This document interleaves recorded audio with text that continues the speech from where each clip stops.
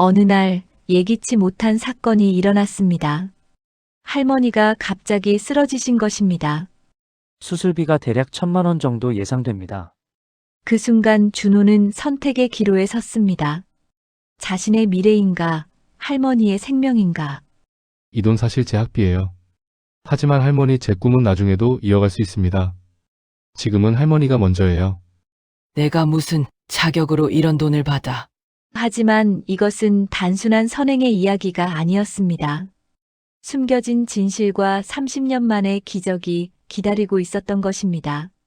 지금부터 들려드릴 이야기는 진정한 사랑과 가족의 의미에 대한 감동의 드라마입니다. 함께 떠나보실까요? 할머니의 국수처럼 따뜻한 이야기 속으로. 잠시만요. 이야기 들어가기 전에 무료인 구독과 좋아요로 마음을 나눠주시면 감사하겠습니다. 서울 외곽 달동네 골목길은 언제나 비슷합니다. 좁은 길 양쪽으로 낡은 건물들이 다닥다닥 붙어 있고 그 사이사이로 사람들의 삶이 스며들어 있죠. 오래된 원룸촌 사이로 난 구불구불한 골목길에는 세월의 흔적이 고스란히 남아 있습니다. 벽돌이 부서져 내린 담벼락, 녹슨 철문, 여기저기 붙어 있는 전단지들까지. 이곳에서 태어나고 자란 사람도 있고 어쩔 수 없이 흘러든 사람도 있습니다. 28살 준호는 후자에 속했습니다. 준호의 하루는 새벽 5시에 시작됩니다. 첫 번째 아르바이트인 편의점 야간 근무를 마치고 집으로 돌아오는 길입니다. 밤새 형광등 불빛 아래서 일한 탓에 눈이 충혈되어 있고 발목은 부어서 신발이 꽉 끼었습니다. 피곤한 몸을 이끌고 좁은 원룸 계단을 올라가다 보면 어김없이 골목 끝에서 풍겨오는 구수한 국수 냄새가 준호를 반깁니다. 멸치와 다시마를 우려낸 깊은 육수 냄새, 그리고 갓 삶은 소면의 고소한 향기가 새벽 공기를 가득 채웁니다. 순애 할머니가 운영하는 작은 국수집에서 나는 냄새였습니다. 78살의 순애는 이른 새벽부터 멸치를 우리고 면을 삶으며 하루를 준비합니다. 낡은 가스레인지 위에서 김이 모락모락 피어오르고 할머니의 구부정한 등이 그 김 속에서 흐릿하게 보입니다. 할머니는 벌써 30년째 이 자리에서 국수집을 운영하고 계십니다. 손님이 많지는 않지만 단골들이 꾸준히 찾아와 주는 덕분에 하루하루를 버텨나가고 있었죠. 할머니의 국수는 특별했습니다. 멸치를 하나하나 손으로 골라내어 우린 육수는 깊은 맛이 났고 직접 만든 김치와 깍두기는 입맛을 돋웠습니다. 준호야, 밤새 일하느라 고생했구나. 순애의 목소리는 늘 따뜻했습니다. 마치 오래전 잃어버린 할머니의 목소리 같았죠. 할머니는 물이 든 양푼이를 들고 있던 손을 멈추고 문 앞으로 나와 준호를 바라봅니다. 주름진 얼굴에 환한 미소가 번지고 그 미소 속에는 진심 어린 관심이 담겨 있었습니다. 안녕하세요, 할머니. 오늘도 일찍 일어나셨네요. 준호는 언제나 공손하게 인사를 되돌려드립니다. 할머니 앞에서만큼은 세상에 지친 기색을 숨기고 싶었습니다. 하지만 할머니의 예리한 눈은 준호의 피로를 놓치지 않았죠. 이 나이에 잠이 어디 오겠니? 그런데 준호야, 밥은 제대로 챙겨 먹고 다니냐? 얼굴이 말이 아니구나. 순애는 늘 같은 질문을 합니다. 하지만 그 질문 속에는 진심 어린 걱정이 담겨 있었죠. 준호의 야윈 얼굴과 깊게 패인 눈가를 볼 때마다 할머니의 마음은 아팠습니다. 마치 자신의 손자를 보는 것 같은 마음이 들었거든요. 할머니 국수 냄새만 맡아도 든든합니다. 준호도 늘 같은 대답을 하지만 그 말 속에는 진심이 담겨 있었습니다. 정말로 할머니의 국수 냄새는 준호에게 큰 위안이 되었으니까요. 배고픔을 달래주는 것은 물론이고 마음의 허기까지 채워주는 것 같았습니다. 이 대화는 두 사람만의 작은 의식 같은 것이었습니다. 준호에게는 하루 중 가장 따뜻한, 순애에게는 외로운 아침을 달래주는 소중한 시간이었죠. 짧은 대화이지만 그 속에는 서로에 대한 깊은 애정이 담겨 있었습니다. 준호의 원룸은 겨우 평 남짓한 작은 공간입니다. 침대와 작은 책상, 그리고 미니 냉장고가 전부죠. 벽에는 대학원 진학을 위해 모아둔 책들이 빼곡히 꽂혀 있습니다. 경영학개론, 마케팅 원론, 회계학 등 두꺼운 전공 서적들이 준호의 꿈을 대변하고 있었습니다. 경영학 석사 과정에 들어가는 것이 준호의 간절한 꿈이었습니다. 책상 위에는 통장 한 권이 놓여 있었습니다. 표지가 해져서 테이프로 붙여놓은 준호의 유일한 희망이 담긴 통장이었죠. 그 안에는 3년 동안 악착같이 모은 대학원 등록금과 생활비가 들어 있었습니다. 한 푼 한 푼이 모두 준호의 땀과 눈물이었습니다. 잠시 쉬고 나면 두 번째 아르바이트 시간입니다. 오전 10시부터 오후 4시까지는 인근 카페에서 일합니다.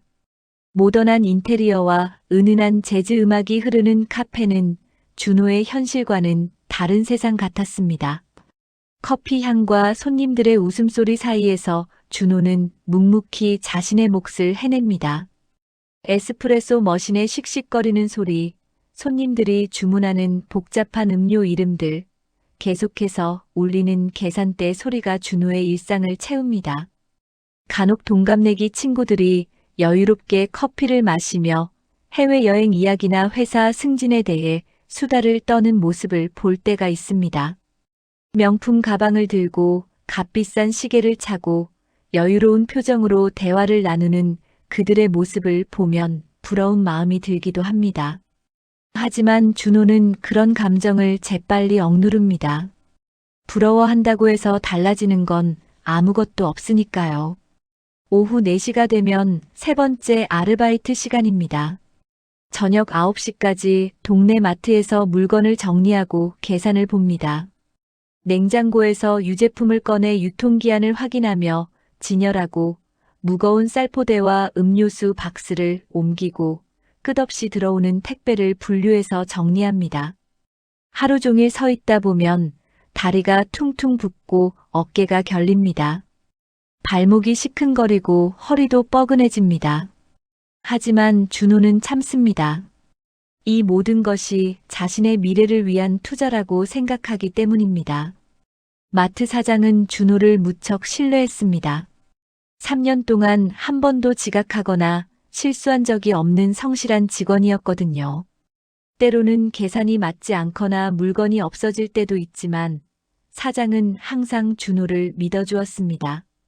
그런 믿음이 준호에게는 큰 힘이 되었습니다. 집으로 돌아오는 저녁 9시 반 가로등이 희미하게 비추는 골목길을 걸으며 준호는 깊은 생각에 잠깁니다. 언제쯤 이런 생활에서 벗어날 수 있을까? 언제쯤 내 삶에도 따뜻한 봄날이 올까? 그런 생각들이 머릿속을 끊임없이 맴돕니다. 발걸음이 무겁고 몸도 마음도 지쳤습니다. 하지만 순애 할머니의 국수집 앞을 지날 때면 준호의 마음이 조금씩 따뜻해집니다. 늦은 시간이지만 할머니는 여전히 가게 정리를 하고 계시죠. 설거지를 하거나 내일 쓸 재료를 손질하는 할머니의 모습이 창문 너머로 보입니다. 가끔 눈이 마주치면 할머니는 환하게 웃으며 손을 흔들어 줍니다. 그 웃음 속에는 말로 표현할 수 없는 따뜻함과 사랑이 담겨 있었습니다. 평범했던 화요일 오후, 준호의 일상에 예기치 못한 사건이 일어났습니다. 카페에서의 아르바이트를 마치고 마트로 향하던 길이었죠. 골목 어귀에서 사람들이 웅성거리는 소리가 들려왔습니다. 무슨 일인지 궁금해서 발걸음을 재촉한 준호는 곧 충격적인 광경을 목격하게 되었습니다. 순애 할머니가 국수집 앞에 쓰러져 있었습니다. 주변에는 이웃 주민들이 모여 있었고 누군가 이미 구급차를 불렀는지 멀리서 사이렌 소리가 들려오고 있었습니다. 준호는 가슴이 철렁 내려앉는 것을 느꼈습니다. 할머니, 할머니. 준호는 급하게 달려가 순애 할머니 곁에 무릎을 꿇었습니다. 할머니는 의식을 잃은 상태였지만 숨은 쉬고 계셨습니다. 얼굴이 창백하고 입술이 파랗게 변해 있었죠. 준호의 손은 떨렸습니다. 언제부터 이러셨어요? 근처에 있던 김 아주머니가 답했습니다. 1시간 전쯤에 국수 배달 나갔다가 돌아오시더니 갑자기 가슴을 움켜쥐고 쓰러지셨어. 혼자 계시는 분이라 아무도 몰랐는데 다행히 내가 지나가다 봤지. 구급차가 도착했고 응급구조사들이 재빠르게 수뇌를 들것에 옮겼습니다. 준호는 망설임 없이 구급차에 동승했습니다. 할머니 곁에는 자신이 있어야 한다고 생각했거든요. 병원 응급실은 복잡했습니다. 의료진들이 분주히 움직이는 가운데 준호는 대기실에서 초조하게 기다렸습니다. 1시간이 지나고 2시간이 지나도 소식이 없었습니다. 준호는 안절부절 못했습니다. 드디어 의사가 나왔습니다. 보호자분이신가요? 아, 저는 이웃사촌 같은 사이입니다. 할머니 가족분들과 연락이 안 돼서. 의사는 고개를 끄덕이며 설명했습니다. 심근경색으로 보입니다. 다행히 골든타임 안에 오셔서 생명에는 지장이 없지만 수술이 필요한 상황입니다. 관상동맥 우회수를 해야 하는데 수술비가 상당히 많이 들 것 같습니다. 얼마나 드는데요? 대략 3천만 원 정도 예상됩니다. 물론 의료보험이 적용되긴 하지만 본인 부담금만 해도 1,000만 원은 넘을 것 같습니다. 1,000만 원. 준호에게는 천문학적인 숫자였습니다. 하지만 더 큰 문제는 할머니께 그런 돈이 있는지 의문이었습니다. 작은 국수집으로 근근히 살아가시는 할머니가 그런 큰 돈을 마련할 수 있을까요? 지금 당장 결정하셔야 합니다. 시간이 지체될수록 위험해집니다. 의사의 말에 준호는 깊은 고민에 빠졌습니다. 할머니는 여전히 의식을 잃은 채였고 가족들과는 연락이 닿지 않는 상황이었습니다. 누군가는 결정을 내려야 했습니다. 그때 준호의 머릿속에 떠오른 것이 있었습니다. 집에 있는 그 통장, 3년 동안 악착같이 모은 대학원 등록금과 생활비가 든 통장 말이에요. 그 안에는 정확히 1,200만 원이 들어 있었습니다. 준호는 잠시 망설였습니다. 이 돈은 자신의 미래였습니다. 대학원에 진학해서 더 나은 삶을 살겠다는 꿈이 담긴 돈이었죠. 하지만 지금 당장 할머니의 생명이 위험한 상황이었습니다. 수술 진행해 주세요. 준호는 결심을 굳혔습니다. 보증금은 어떻게 하시겠습니까? 제가 준비하겠습니다. 잠깐만 기다려 주세요. 준호는 급하게 집으로 달려갔습니다. 숨이 차고 다리가 아팠지만 멈출 수 없었습니다. 원룸에 도착한 준호는 책상 위에 있던 통장을 집어들었습니다. 테이프로 붙여놓은 낡은 통장을 바라보며 잠시 주저했습니다. 하지만 마음을 다잡았습니다. 돈은 다시 벌 수 있지만 생명은 되돌릴 수 없으니까요. 준호는 은행으로 달려가 1,000만 원을 인출했습니다. 창구 직원이 큰 금액이라며 용도를 물어봤지만 준호는 간단히 의료비라고만 답했습니다. 병원으로 돌아온 준호는 수술비를 지불했습니다. 순간 3년간의 노력이 한순간에 사라지는 것 같았습니다. 하지만 후회는 없었습니다. 할머니가 살아나는 것이 더 소중했으니까요. 수술은 4시간 동안 계속되었습니다. 준호는 수술실 앞 의자에 앉아 기다렸습니다. 시간이 길게 느껴졌고 온갖 걱정이 머릿속을 스쳐 지나갔습니다. 수술이 잘 될까? 할머니가 무사히 깨어나실까? 마침내 수술실 불이 꺼졌습니다. 집도의가 나와서 수술 결과를 알려줬습니다. 다행히 수술이 성공적으로 끝났습니다. 이제 회복만 하시면 됩니다. 정말 골든타임 안에 오신 게 생명을 구했네요. 준호는 안도의 한숨을 쉬었습니다. 할머니가 살아나셨습니다. 그것만으로도 충분했습니다. 중환자실로 옮겨진 순애 할머니는 여러 관들에 둘러싸여 있었지만 숨을 고르게 쉬고 계셨습니다. 준호는 유리창 너머로 할머니를 바라보며 마음속으로 기도했습니다. 할머니, 꼭 깨어나세요. 저 여기 있어요. 그날 밤 준호는 병원 로비에서 밤을 새웠습니다.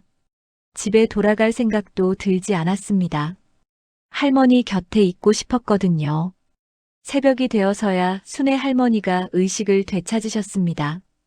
간호사가 준호에게 소식을 전해줬고 준호는 급하게 중환자실로 향했습니다. 할머니, 깨어나셨어요. 순애는 힘겹게 눈을 뜨고 준호를 바라봤습니다. 목소리는 나오지 않았지만 눈빛으로 고마움을 전했습니다. 괜찮으세요, 할머니. 수술 잘 끝났어요. 이제 회복만 하시면 돼요. 순애는 준호의 손을 꼭 잡았습니다. 그 손길에서 준호는 할머니의 마음을 느낄 수 있었습니다. 의사가 와서 설명했습니다. 이분이 수술비를 모두 부담해 주셨습니다. 정말 고마운 분이시네요. 순애는 눈을 크게 뜨고 준호를 바라봤습니다. 놀라움과 미안함이 교차하는 표정이었죠. 준호는 할머니의 손을 더 꽉 잡으며 말했습니다. 이 돈, 사실 제 학비예요.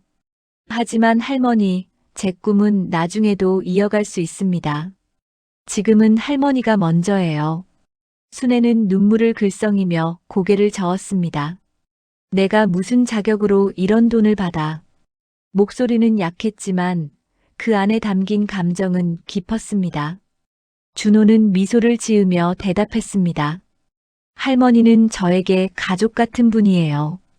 가족이라면 당연한 일 아닌가요?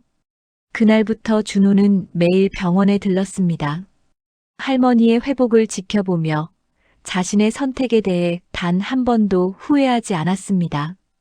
순애 할머니가 태어난 지 일주일이 지났습니다. 할머니는 아직 완전히 회복되지 않아 무리한 일은 할 수 없는 상태였지만 다행히 건강은 많이 좋아지셨습니다. 의사는 최소 한 달간은 절대 안정을 취해야 한다고 당부했죠. 준호는 할머니가 걱정 없이 회복에만 집중할 수 있도록 국수집 문을 당분간 닫아두라고 권했습니다. 할머니도 몸이 아직 힘들어서 그 제안을 받아들이셨습니다. 할머니는 하루 종일 작은 방에 혼자 누워 계셨습니다. 가끔 준호가 병문안을 오면 미안하다, 고맙다는 말만 반복하셨죠. 준호는 그런 할머니를 보며 마음이 아팠습니다. 평생 부지런히 일해온 할머니에게 이렇게 가만히 누워 있는 것은 큰 고통일 거라고 생각했거든요. 며칠 후 대학교에서 강의를 듣고 나온 준호는 학과 게시판을 지나치게 되었습니다. 평소라면 그냥 지나쳤겠지만 왠지 모르게 발걸음이 멈춰졌습니다. 그리고 장학금 선정자 명단을 보게 되었죠. 준호 경영학과 특별장학금 1,200만 원. 준호는 눈을 비비고 다시 확인해 봤습니다. 분명히 자신의 이름이 적혀 있었습니다. 심장이 쿵쿵 뛰기 시작했죠. 장학금을 신청한 적이 없었거든요. 특히 특별장학금이라는 것은 들어본 적도 없었습니다. 급하게 학과 사무실로 달려간 준호는 담당 직원에게 물어봤습니다. 죄송한데 제 이름으로 장학금이 나왔다고 하는데 저는 신청한 적이 없어서요. 혹시 착오는 아닌가요? 직원은 컴퓨터를 자세히 확인하더니 말했습니다. 맞습니다. 특별장학금으로 선정되셨네요. 이건 외부 후원자가 지정해서 주는 장학금입니다. 후원자가 직접 추천한 학생에게만 지급되는 거예요. 아주 드문 경우죠. 후원자가 누구인지 알 수 있을까요? 직원은 고개를 저었습니다. 죄송합니다. 익명을 요청하셔서 알려드릴 수 없습니다. 하지만 장학금은 확실히 나온 거니까 안심하세요. 내일까지 서류만 제출하시면 됩니다. 준호는 어리둥절했습니다. 누가 자신에게 이런 큰 돈을 장학금으로 줄 이유가 있을까요? 더군다나 1,200만 원이라는 금액은 자신이 할머니 수술비로 쓴 것과 정확히 같은 액수였습니다. 이런 우연이 있을 수 있을까요? 학교에서 나온 준호는 복잡한 마음으로 집으로 향했습니다. 머릿속이 복잡했습니다. 기쁜 마음과 의심스러운 마음이 교차했죠. 골목 어귀에서 순애 할머니를 만났습니다.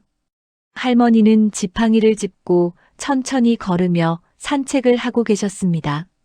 할머니, 웬일로 밖에 나오셨어요? 의사가 안정을 취하라고 하지 않으셨나요? 순애는 조금 민망한 표정을 지으며 답했습니다. 집에만 있으니까 답답해서. 조금만 걸었어. 괜찮아. 몸은 좀 어떠세요? 많이 좋아졌어. 내 덕분이야. 준호는 잠시 망설이다가 할머니에게 물어봤습니다. 그런데 할머니, 혹시 제가 장학금을 받았다는 거 아세요? 순애는 잠깐 눈이 흔들리는 것 같았습니다. 하지만 곧 자연스럽게 대답했습니다. 그래, 얼마나 다행이니. 내가 착해서 하늘이 도운 거다. 1200만 원이나 되는 큰 돈이에요. 제가 할머니 수술비로 쓴 것과 똑같은 금액이거든요. 할머니의 얼굴에 잠시 당황하는 기색이 스쳤습니다.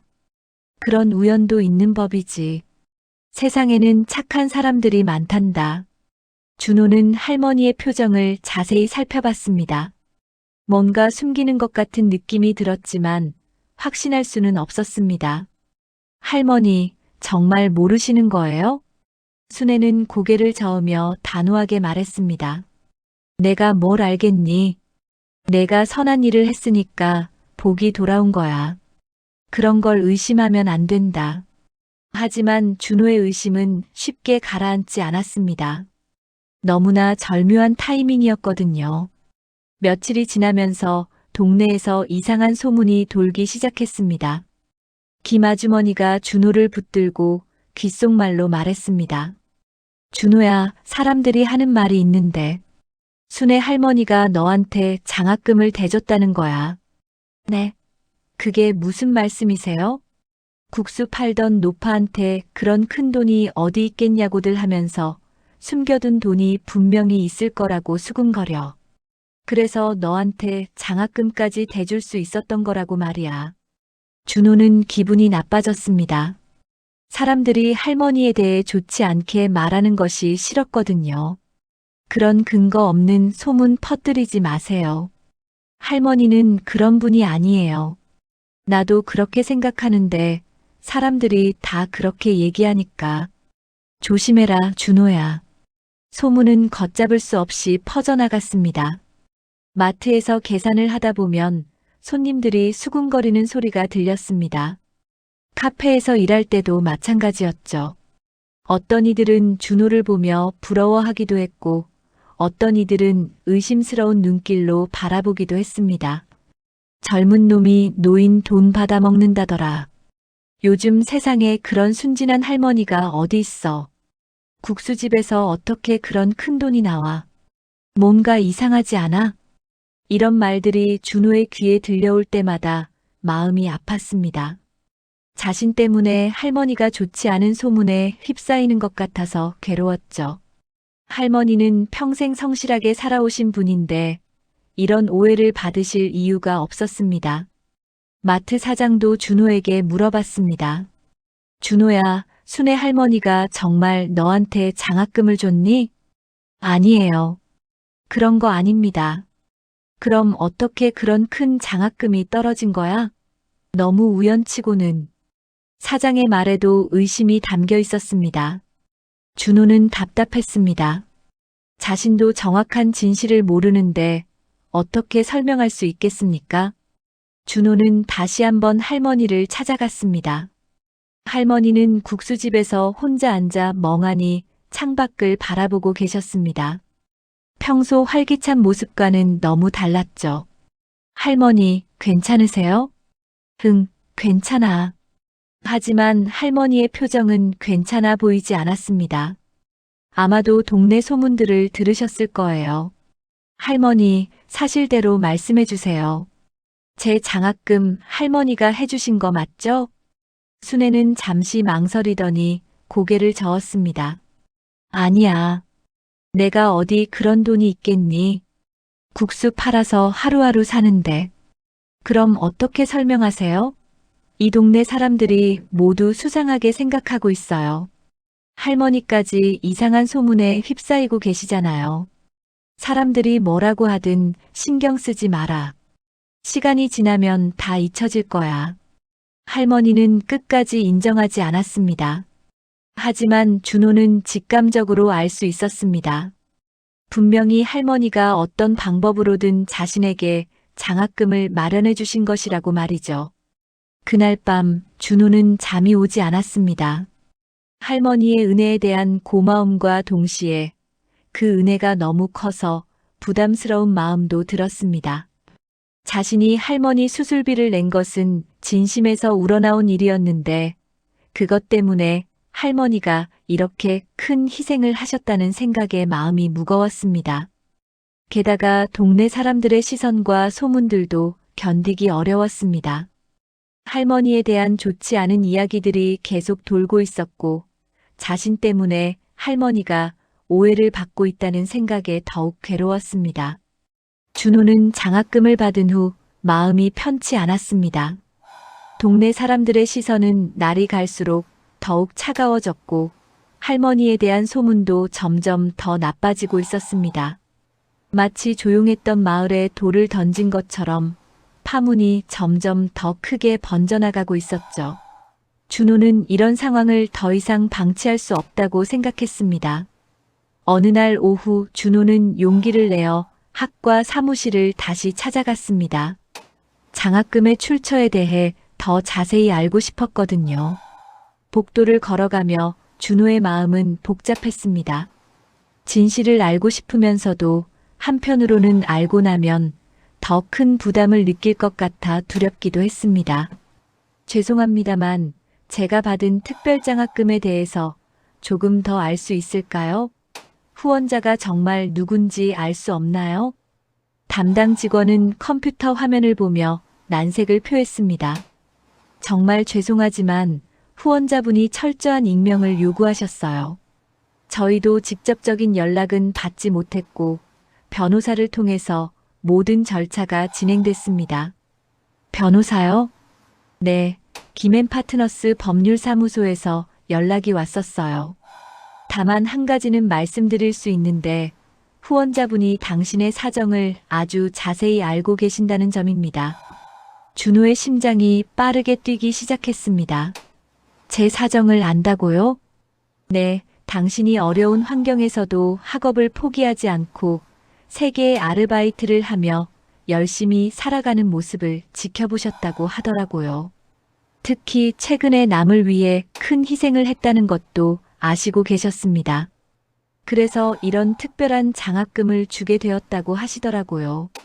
이 말을 들은 순간 준호는 더 이상 의심할 여지가 없었습니다. 분명히 순애 할머니가 하신 일이었습니다. 하지만 할머니가 어떻게 그런 큰 돈을 마련하셨을까요? 국수집 수입만으로는 절대 불가능한 일이었습니다. 게다가 변호사까지 고용했다는 것은 더욱 의문스러웠죠. 학과 사무실에서 나온 준호는 깊은 생각에 잠겼습니다. 할머니의 과거에 대해 알고 있는 것이 별로 없었습니다. 가족 얘기도 거의 하지 않으셨고 젊었을 때 어떤 삶을 사셨는지도 모호했죠. 궁금증이 점점 커져갔습니다. 다음 날 아침 준호는 김아주머니를 찾아갔습니다. 이 동네에서 가장 오래 살고 계신 분이라 할머니에 대해 뭔가 알고 계실 거라고 생각했거든요. 김아주머니는 빨래를 널고 계셨는데 준호를 보자 반갑게 맞아주었습니다. 아주머니, 순애 할머니에 대해서 좀 물어볼 게 있어요. 김아주머니는 갑자기 경계하는 듯한 표정을 지었습니다. 요즘 할머니에 대한 소문이 워낙 많아서 민감한 상태였거든요. 왜? 또 무슨 소문이 돌고 있니? 아니에요. 그냥 할머니가 예전에 어떻게 사셨는지 궁금해서요. 저는 할머니에 대해서 아는 게 너무 없거든요. 김아주머니는 잠시 생각하더니 주변을 둘러보고 목소리를 낮추며 입을 열었습니다. 순애 할머니 말이니 참 기구한 분이지. 젊었을 때는 제법 잘 사셨다고 들었어. 남편분이 작은 건설회사를 운영하셨거든. 그때는 이 동네에서도 꽤 잘 사는 집으로 통했지. 그랬군요. 그런데 IMF 때 사업이 완전히 망하고 남편분은 스트레스로 심장마비가 와서 일찍 돌아가셨어. 그 후로 혼자서 아들 하나 키우며 힘들게 살아오신 거야. 준호는 할머니의 과거를 처음으로 알게 되었습니다. 아들이 계시는군요. 지금은 어디 계세요? 김아주머니의 표정이 어두워졌습니다. 동철이라고 해서 지금은 서울 강남에서 산다던데 어머니하고는 사이가 아주 안 좋아. 몇 년째 얼굴도 못 봤다더라고. 그놈이 참. 어머니 고생시키고 자기 혼자만 잘 살려고 하거든. 왜 사이가 안 좋으세요? 돈 문제 때문이야. 동철이가 사업한다고 어머니한테서 돈을 계속 빼갔거든. 할머니가 국수집 하면서 모은 돈을 다 가져갔지. 그런데 사업은 망하고 그 후로는 어머니 쳐다보지도 않아. 준호는 점점 더 복잡한 사정을 알게 되었습니다. 그런데 할머니가 지금 돈을 좀 갖고 계실까요?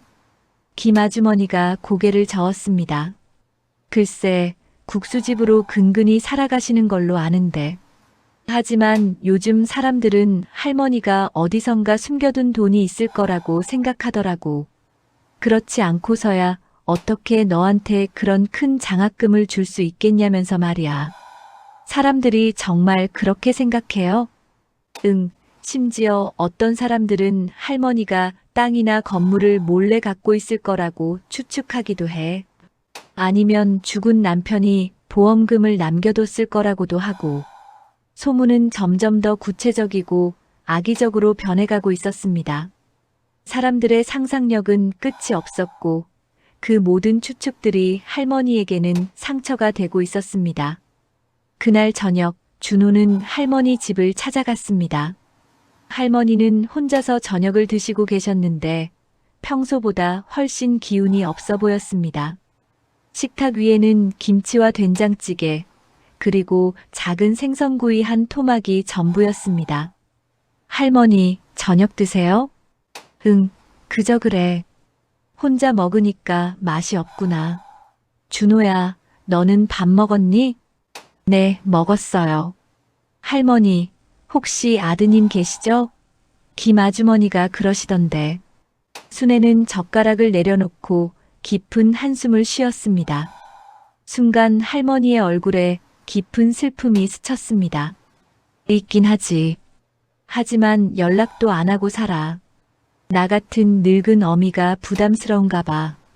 언제 마지막으로 만나셨어요? 한 3년 전인가. 그때도 돈 달라고 와서 한바탕 싸우고 갔지. 내가 더 이상 줄 돈이 없다고 하니까 화를 내면서 나가더라. 그 후로는 소식도 없고. 할머니의 목소리에는 깊은 서러움과 외로움이 배어 있었습니다. 준호는 할머니의 마음을 조금이나마 이해할 수 있었습니다. 평생 아들을 위해 희생했지만 정작 그 아들은 어머니를 외면하고 있었던 것입니다. 며칠이 더 지나자 동네 상황은 더욱 나빠졌습니다. 사람들이 할머니를 보는 시선이 예전과 완전히 달라졌습니다. 의심과 시기, 그리고 질투가 섞인 눈빛으로 바라보는 사람들이 많아졌죠. 할머니가 지나가시면 뒤에서 수군거리는 소리가 끊이지 않았습니다. 마트에서 장을 보시던 할머니가 계산대에서 돈을 내실 때의 일이었습니다. 사장이 예전과 달리 차갑게 대하는 것을 준호는 목격했습니다. 할머니, 돈 많으시네요. 1,000만 원씩 장학금도 주시고. 사장의 말투에는 명백한 빈정거림과 시기가 담겨 있었습니다.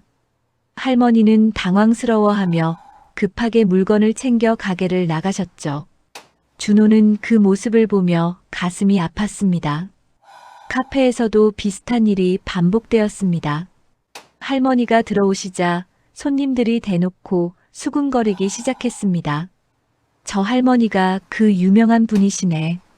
국수 팔아서 1,000만 원 넘는 장학금을 준다더니 뭔가 이상하지 않아? 어디서 그런 돈이 나와? 분명히 숨겨둔 재산이 있을 거야. 할머니는 그런 시선들과 수군거림을 견디지 못하고 커피도 주문하지 않은 채 황급히 나가셨습니다. 할머니의 뒷모습이 너무나 쓸쓸해 보였습니다. 평온했던 일상이 완전히 뒤바뀐 어느 금요일 오후였습니다.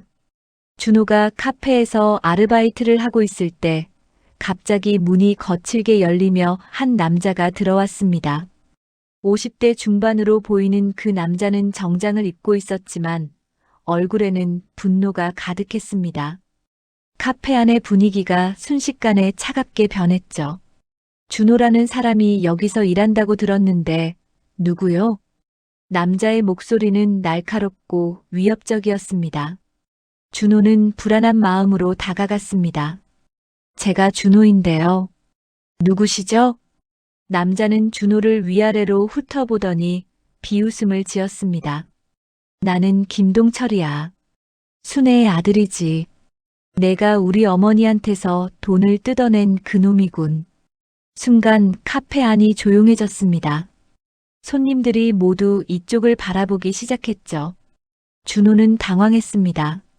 할머니의 아들이 이렇게 갑자기 나타날 줄은 몰랐거든요. 무슨 말씀이신지 모르겠는데요. 동철은 큰 소리로 말했습니다. 모른다고? 우리 어머니가 너한테 1,000만 원이 넘는 장학금을 줬다면서 그 돈이 어디서 나온 줄 알아?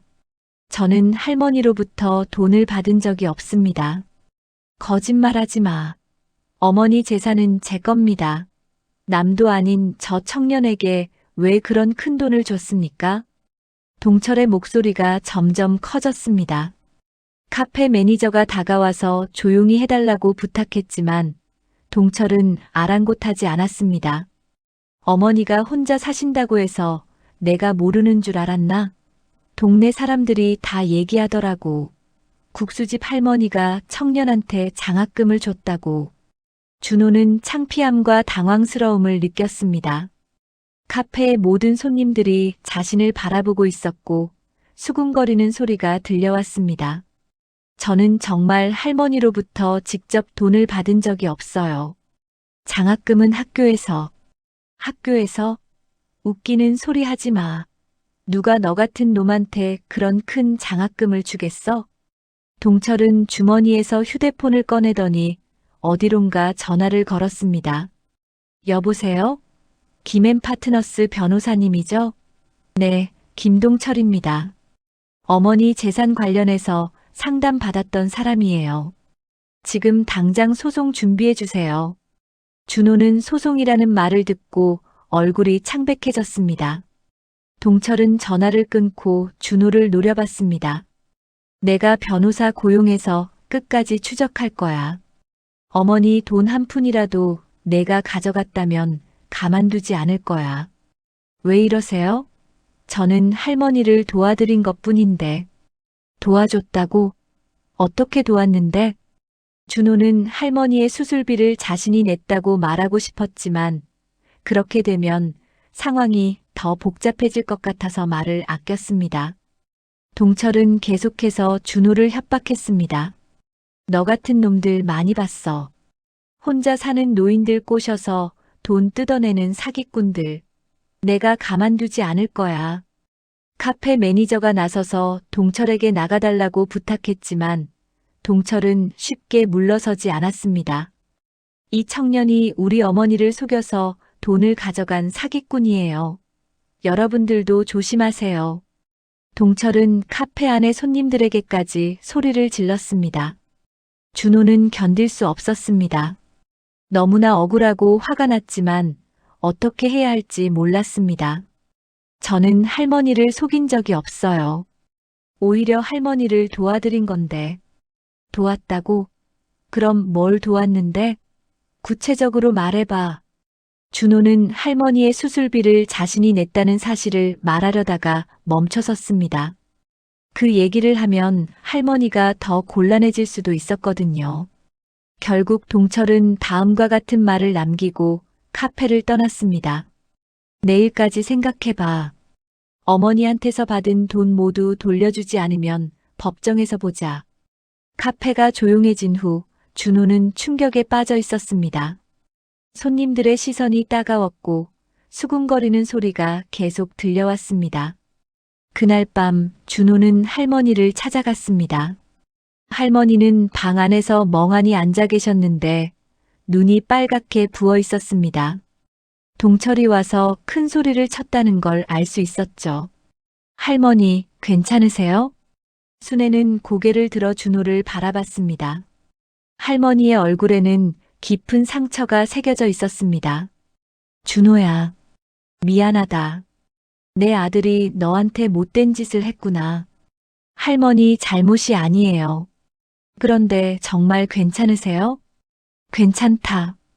이미 익숙해진 일이야. 하지만 할머니는 전혀 괜찮아 보이지 않았습니다. 하루 종일 울으셨던 것 같았죠. 동철이가 뭐라고 했어?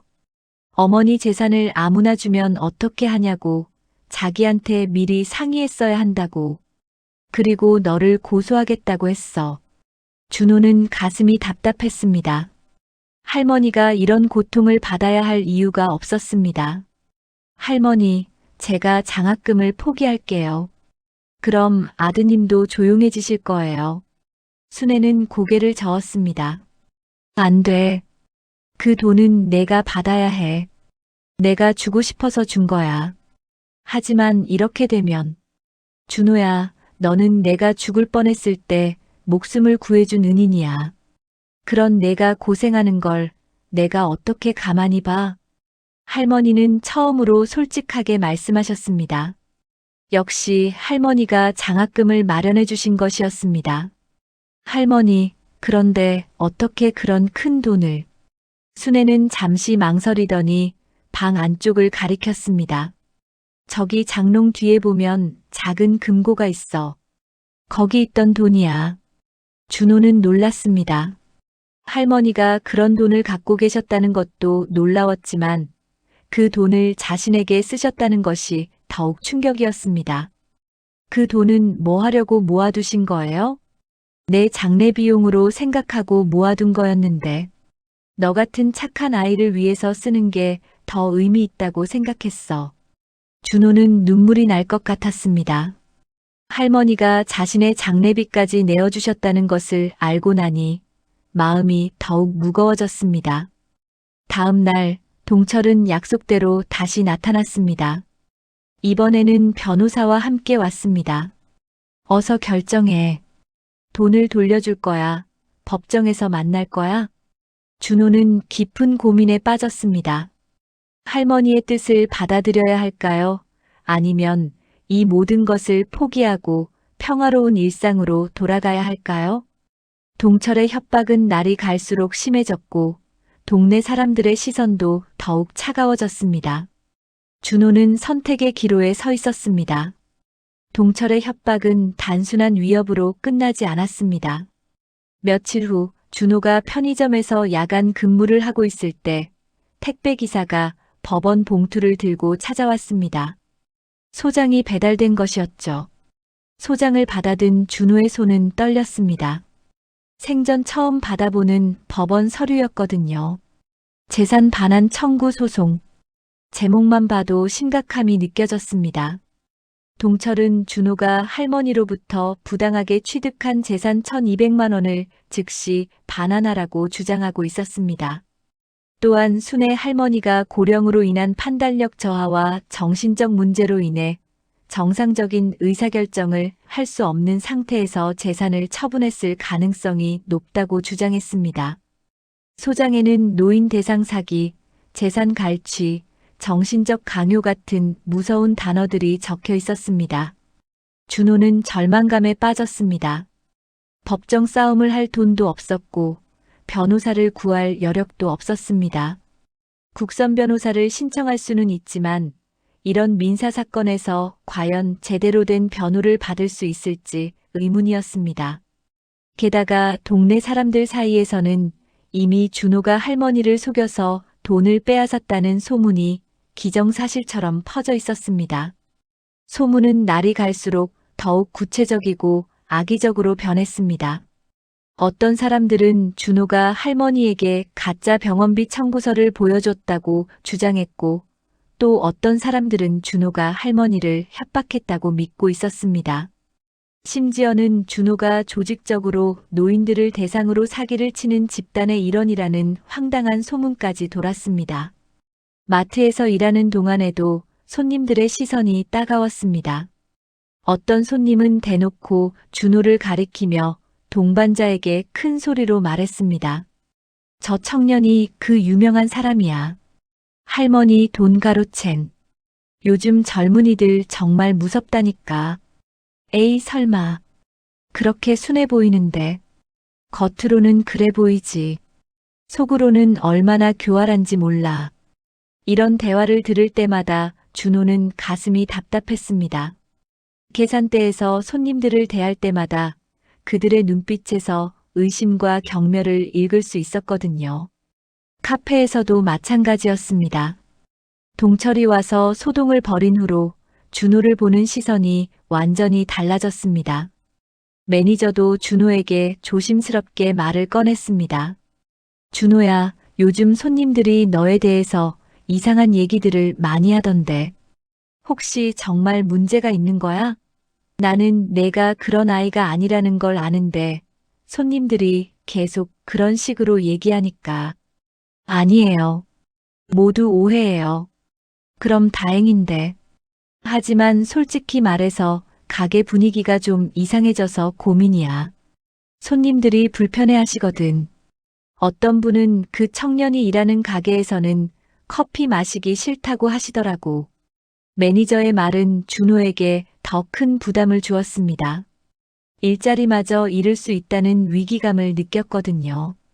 벌써 몇몇 단골 손님들이 준호가 있는 시간을 피해서 오고 있다는 것도 알고 있었습니다.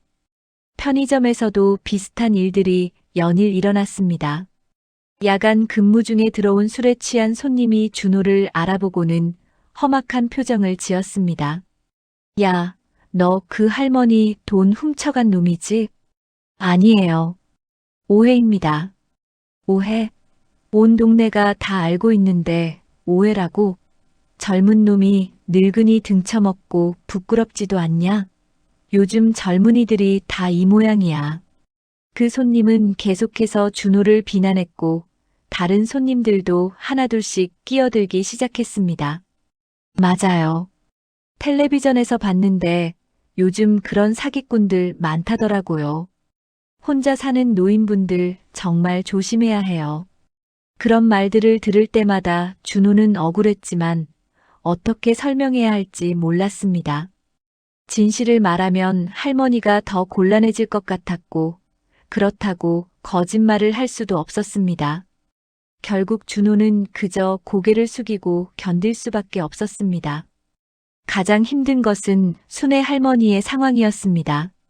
할머니는 거의 집 밖으로 나오지 않으셨고 나오더라도 모자를 깊숙이 눌러 쓰고 사람들의 시선을 피해 다니셨습니다. 국수집은 완전히 문을 닫은 상태였고 할머니의 건강도 눈에 띄게 나빠지고 있었습니다. 얼굴은 더욱 야위었고 걸음걸이도 예전보다 훨씬 느려졌습니다.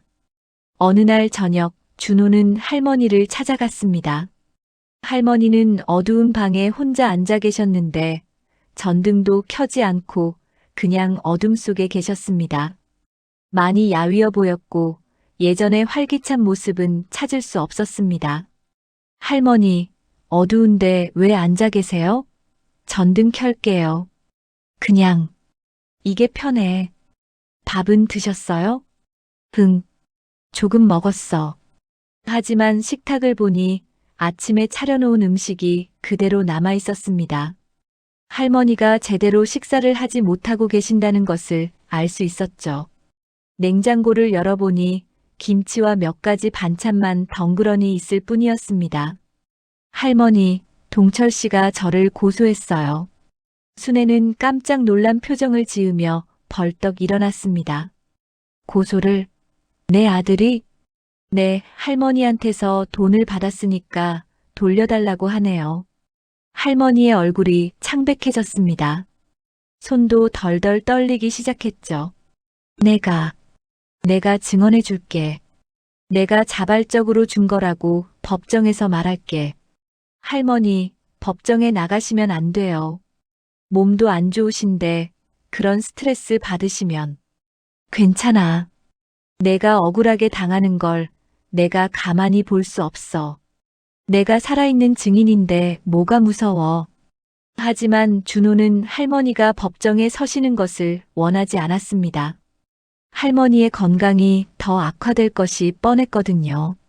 게다가 법정이라는 엄숙하고 차가운 곳에서 할머니가 받을 정신적 충격을 생각하면 견딜 수 없었습니다. 며칠 후 동철이 다시 할머니 집을 찾아왔습니다. 이번에는 더욱 화가 나 있었습니다. 아마도 변호사로부터 사건의 승산에 대한 얘기를 들었던 것 같았습니다. 어머니, 정말 정신 차리세요. 왜 그런 애송이한테 그런 큰 돈을 주셨어요? 그 돈이면 어머니가 몇 년을 편하게 사실 수 있는 돈이에요. 내 돈 내가 주겠다는데 왜 상관하니? 너는 3년 동안 얼굴도 안 보이더니 이제 와서 무슨 소리야? 어머니 돈이 어디 어머니 것만이에요? 저도 어머니 아들이잖아요. 당연히 제가 상속받을 재산이에요. 동철의 목소리는 점점 커졌습니다. 이웃들이 다 들을 정도였죠. 준호는 골목 어귀에서 이 대화를 듣고 있었는데 사람들이 하나둘씩 모여들어 구경하기 시작했습니다. 그럼 내가 언제 내 아들 노릇을 제대로 했니? 내가 아프거나 외로울 때 어디 있었어? 그건 사업 때문에 바빴거든요. 어쨌든 그 돈은 법적으로 제가 상속받을 거예요.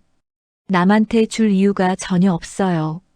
준호는 내가 죽을 뻔했을 때 목숨을 구해준 은인이야. 그런 아이가 고생하는 걸 내가 어떻게 가만히 봐? 동철은 잠시 말문이 막혔습니다. 목숨을 구했다고요? 뭔 소리예요? 내가 심장마비로 쓰러져서 수술해야 했을 때 준호가 병원비를 다 냈어. 자기 대학원 등록금으로 3년 동안 모아둔 돈을 다 써가면서 말이야. 동철은 처음 듣는 얘기에 당황하는 기색을 보였습니다. 그렇다고 해서 1200만 원을 주는 게 말이 돼요? 그냥 고마움의 표시로 적당히 주면 되잖아요. 적당히? 내 목숨값이 적당한 거냐? 그 아이가 없었다면 나는 이미 죽었을 거야.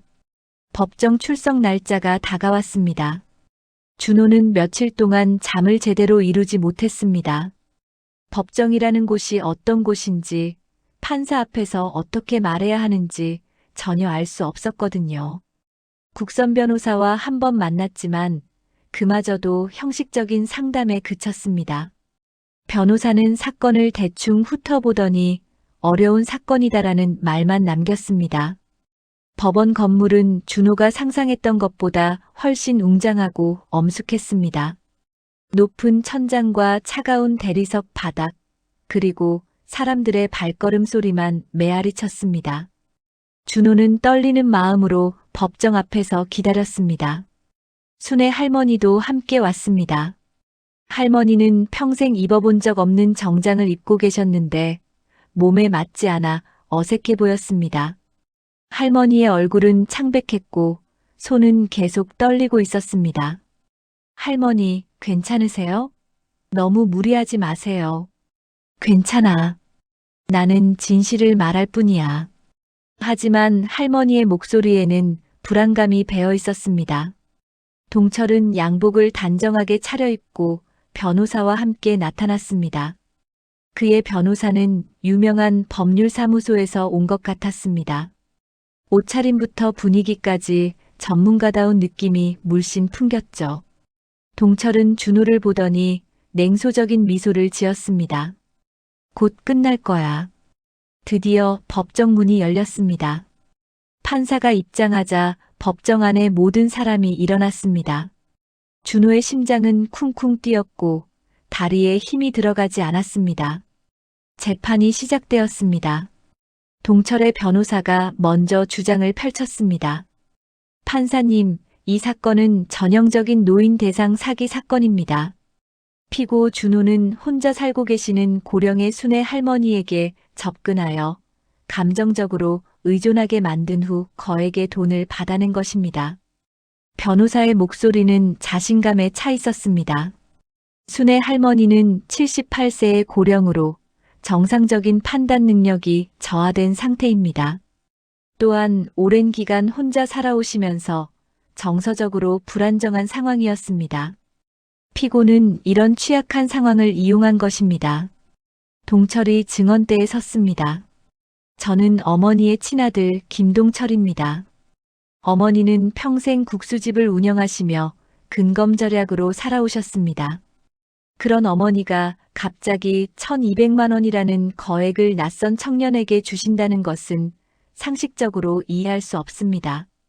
어머니는 고령이시고 최근 건강도 많이 나빠지셨습니다. 정상적인 판단을 하실 수 있는 상태가 아니었던 것 같습니다. 동철의 증언은 논리적이고 설득력 있어 보였습니다. 방청석에서 듣고 있던 사람들도 고개를 끄덕이는 것 같았습니다. 이어서 준호의 국선 변호사가 반박했지만 힘이 없어 보였습니다. 준호는 순애 할머니를 진심으로 도와드린 것입니다. 할머니가 병원에 입원하셨을 때도 병원비를 대신 지불하는 등. 하지만 동철의 변호사가 즉시 반박했습니다. 그것이야말로 전형적인 사기 수법입니다. 작은 도움을 베풀어서 신뢰를 쌓은 후 더 큰 것을 얻어내는 것 말입니다. 재판장의 분위기는 점점 준호에게 불리하게 돌아가고 있었습니다. 드디어 순애 할머니가 증언대에 섰습니다. 할머니는 떨리는 다리로 간신히 서 계셨습니다. 판사가 물어봤습니다. 증인은 피고 준호에게 돈을 준 것이 맞습니까? 아니요. 할머니의 대답에 법정이 술렁거렸습니다. 준호도 깜짝 놀랐습니다. 그럼 어떻게 된 일입니까? 순애 할머니는 잠시 망설이더니 떨리는 목소리로 말했습니다. 저는 준호에게 직접 돈을 준 적이 없습니다. 다만 익명으로 장학재단에 기부한 것뿐입니다. 동철의 변호사가 즉시 반박했습니다. 그럼 왜 하필 준호만을 지정해서 장학금을 주셨습니까? 우연이라고 하기에는. 할머니는 더욱 떨리는 목소리로 대답했습니다. 준호는 제가 죽을 뻔했을 때 저를 구해준 아이입니다. 자기 돈으로 제 수술비를 모두 냈습니다. 그것이 사실이라는 증거가 있습니까? 할머니는 주머니에서 낡은 봉투를 꺼냈습니다. 여기 병원 영수증이 있습니다. 그리고 이것도. 할머니는 또 다른 봉투를 꺼냈습니다. 그 안에는 오래된 일기장과 가족 사진들이 들어 있었습니다. 법정이 조용해졌습니다. 할머니는 떨리는 손으로 사진 한 장을 꺼냈습니다. 사실은 준호가. 할머니의 목소리가 점점 작아졌습니다. 준호가 무엇입니까? 판사가 다시 물었습니다. 순애 할머니는 눈물을 글썽이며 말했습니다. 준호는 제 친손자입니다. 법정이 완전히 조용해졌습니다. 동철은 믿을 수 없다는 표정을 지었고 준호는 충격에 빠져 있었습니다. 30년 전, 제 며느리가 아이를 데리고 집을 나갔습니다. 그때 준호는 겨우 돌이 지난 아기였습니다. 할머니는 흐느끼기 시작했습니다. 30년 동안 이 아이를 찾았습니다. 그런데 바로 제 옆에 살고 있었던 겁니다. 할머니는 사진을 판사에게 보여드렸습니다. 그 사진에는 어린 준호와 젊은 순애가 함께 웃고 있는 모습이 담겨 있었습니다. 이 일기장에도 다 기록되어 있습니다. 제가 얼마나 이 아이를 그리워했는지. 동철은 완전히 당황한 표정이었습니다. 그럴 리가. 어머니, 정신이 혼란스러우신 거 아니에요? 하지만 순애는 단호하게 말했습니다. 아니야. 나는 정정해. 이 아이는 분명히 내 손자야. 내가 30년 동안 찾던 바로 그 아이라고. 판사는 DNA 검사를 명령했습니다. 그리고 일주일 후 그 결과가 나왔습니다. 준호와 순의 할머니는 정말로 할머니와 손자 사이였습니다. 법정이 다시 열렸을 때 분위기는 완전히 바뀌어 있었습니다. 동철은 무너진 표정으로 앉아 있었고 그의 변호사도 할 말을 잃은 듯 보였습니다. 판사가 판결을 내렸습니다. 이 사건은 할머니가 친손자에게 자신의 재산을 증여한 것으로 보입니다. 이는 전혀 부당하거나 불법적인 행위가 아닙니다. 따라서 원고의 청구를 기각합니다. 법정에서 나온 후 준호는 할머니를 꼭 껴안았습니다. 할머니, 정말 제가 할머니 손자가 맞아요? 그럼 내가 어떻게 있겠니? 너는 내 피야, 내 손자야. 할머니의 품에서 준호는 마침내 평생 그리워했던 가족의 따뜻함을 느낄 수 있었습니다.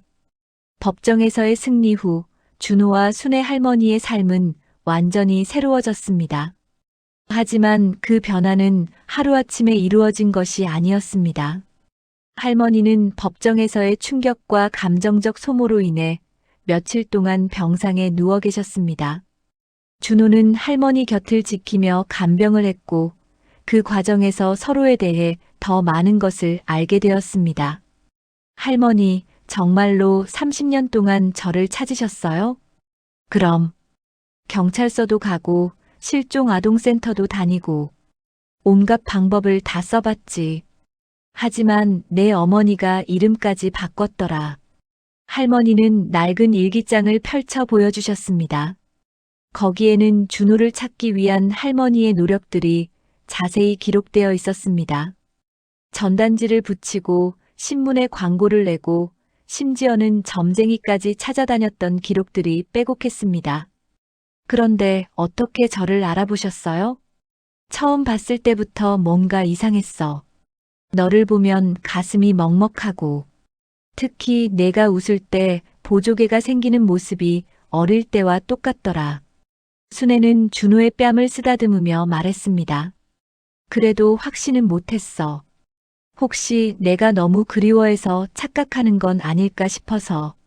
그런데 내가 나를 위해 자기 학비를 다 써가면서 병원비를 내주는 걸 보고 아, 이 아이가 분명히 내 혈육이구나 싶었지. 준호는 눈물이 났습니다. 자신도 모르게 할머니에게 끌렸던 이유를 이제야 알 것 같았습니다. 동철은 법정에서의 패배 후 완전히 달라졌습니다.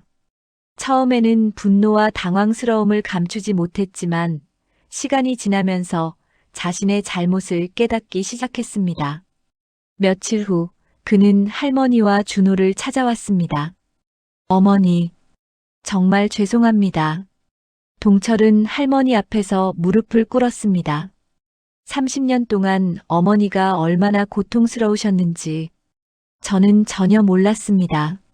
제가 너무 이기적이었습니다. 순애는 아들을 바라보며 복잡한 표정을 지었습니다. 일어나거라. 내가 몰랐던 것도 내 탓이야. 너한테 제대로 얘기를 안 했으니까. 아니에요. 제가 관심을 가졌어야 했는데. 어머니가 혼자서 얼마나 외로우셨을까요? 동철은 준호에게도 고개를 숙였습니다. 준호야, 삼촌이 너를 오해해서 미안했다. 앞으로는 정말 가족처럼 지내자. 준호는 동철의 진심 어린 사과를 받아들였습니다. 가족이란 이런 것이구나 하는 생각이 들었습니다. 동네 사람들의 반응도 점차 바뀌어 갔습니다. 처음에는 여전히 의심스러운 시선을 보내는 사람들이 많았지만 진실이 알려지면서 사람들은 하나둘씩 할머니와 준호에게 축하의 말을 건넸습니다. 김아주머니가 제일 먼저 찾아왔습니다. 순애야, 정말 기쁘겠구나. 30년 만에 손자를 찾다니. 어떤 드라마보다 더 극적이야. 마트 사장도 준호에게 사과했습니다. 준호야, 정말 미안했다. 내가 너를 의심한 게 부끄럽다. 카페 매니저도 마찬가지였습니다. 이제야 왜 내가 할머니를 그렇게 챙겼는지 알겠어. 혈육의 정이었구나. 하지만 준호에게는 더 중요한 일이 남아 있었습니다. 할머니가 자신에게 준 사랑에 보답하는 것이었습니다. 할머니, 저 이제 뭘 해야 할까요? 내가 하고 싶은 일을 하면 돼. 할머니는 내가 행복하기만 하면 돼. 준호는 깊이 생각했습니다. 그리고 결정했습니다. 할머니, 저 장학재단을 만들고 싶어요. 장학재단? 네, 할머니처럼 어려운 사람들을 돕는 재단이요. 특히 가난해도 공부하고 싶어하는 청년들과 외로운 노인분들을 도와드리고 싶어요. 순애의 눈이 반짝였습니다. 좋은 생각이구나. 준호는 대학원 진학을 1년 미뤘습니다. 대신 할머니와 함께 작은 장학재단을 설립했습니다. 이름은 희망나눔재단이었습니다. 재단의 첫 번째 사업은 무료 국수집이었습니다. 할머니가 다시 국수를 끓이기 시작했고 준호는 그 옆에서 도왔습니다. 하지만 이번에는 돈을 받지 않았습니다. 어려운 사람들에게 무료로 따뜻한 식사를 제공하는 것이었습니다. 매일 아침 할머니와 준호는 함께 국수를 끓였습니다.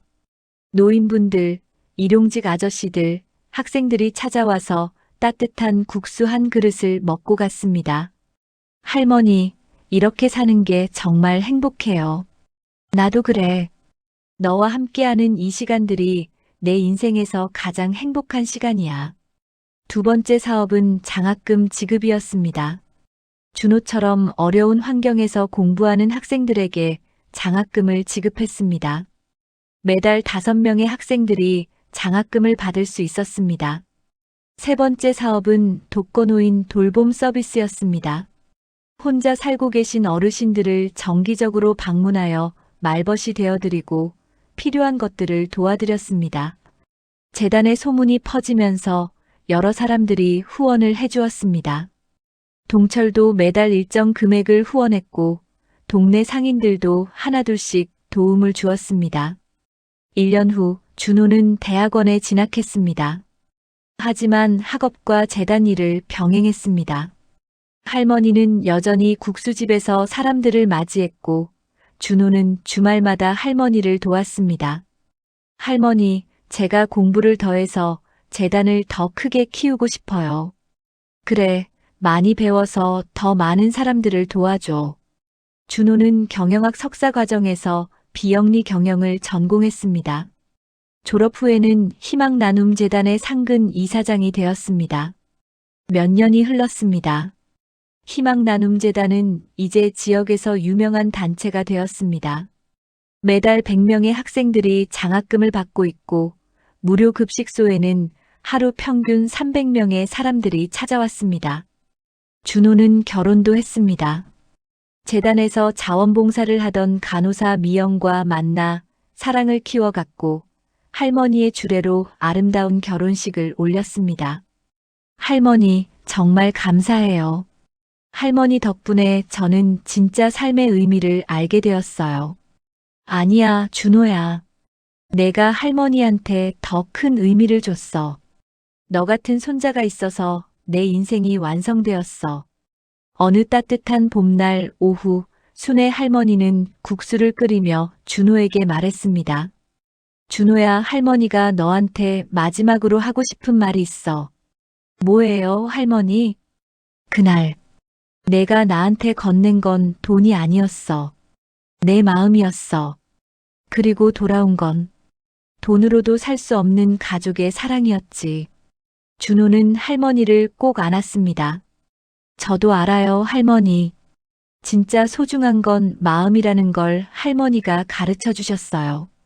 국수집 창문 너머로 따뜻한 햇살이 비쳤습니다. 할머니와 손자는 함께 국수를 나누어 주며 환하게 웃고 있었습니다. 그들의 얼굴에는 진정한 행복이 빛나고 있었습니다. 사랑은 이렇게 돌고 도는 것이었습니다. 준호가 할머니에게 베푼 작은 선행이 30년 만에 가족 상봉으로 이어지고 그것이 다시 수많은 사람들에게 희망을 나누는 일로 확장된 것입니다. 진정한 사랑과 나눔의 기적이었습니다. 할머니와 준호의 이야기가 이렇게 막을 내립니다. 작은 선행이 어떻게 기적을 만들어내는지, 그리고 진정한 사랑이 무엇인지 보여준 아름다운 이야기였습니다. 여러분 곁에도 준호와 같은 따뜻한 마음이, 순애 할머니와 같은 깊은 사랑이 있을 것입니다. 당신의 작은 관심이 누군가에게는 큰 힘이 됩니다. 때로는 우리가 건네는 작은 관심 하나가 누군가의 인생을 완전히 바꿀 수 있습니다. 이 이야기가 여러분의 마음에 작은 울림이 되었다면 좋아요와 구독으로 더 많은 분들과 나눠주세요. 그리고 댓글로 여러분만의 따뜻한 이야기도 들려주세요. 여러분의 경험과 감상이 또 다른 누군가에게는 큰 위로가 될 수 있습니다. 다음번에도 여러분의 마음을 따뜻하게 해드릴 새로운 감동 이야기로 찾아뵙겠습니다. 지금까지 들어주셔서 진심으로 감사드립니다.